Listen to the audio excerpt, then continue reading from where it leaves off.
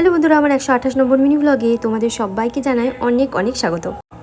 ফুল তো খুব নরম হয়, কিন্তু ফুলের মতো নরম মন এই পৃথিবীতে খুব কম মানুষেরই রয়েছে।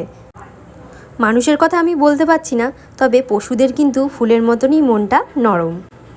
ওরা নিজেরাও জানে যে আমরা মানুষদেরকে কতটা বেশি ভালোবাসতে পারি। ওদেরকে আমরা ঠকাতে পারি, কিন্তু ওরা আমাদেরকে কখনো ঠকাতে পারে না। তো বন্ধুরা, তোমরা তো দেখেছো লাকি জেরি মাকে ছাড়া একদম থাকতে পারে না, মাকে খুব ভালোবাসে। এর আগের ভিডিওগুলোতে তো তোমরা দেখেইছো।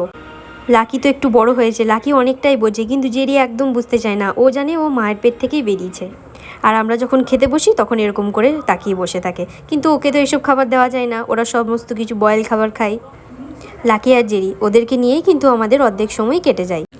তো বন্ধুরা, আমি আর মা লাকি জেরির কাছে যা ভালোবাসা পাই, তো এত ভালোবাসা পেয়েছি, মানুষের ভালোবাসার আর কোনো প্রয়োজন আমাদের নেই। তো এরকমভাবেই আমি সারা জীবনে খুশি থাকতে চাই, আর এরকম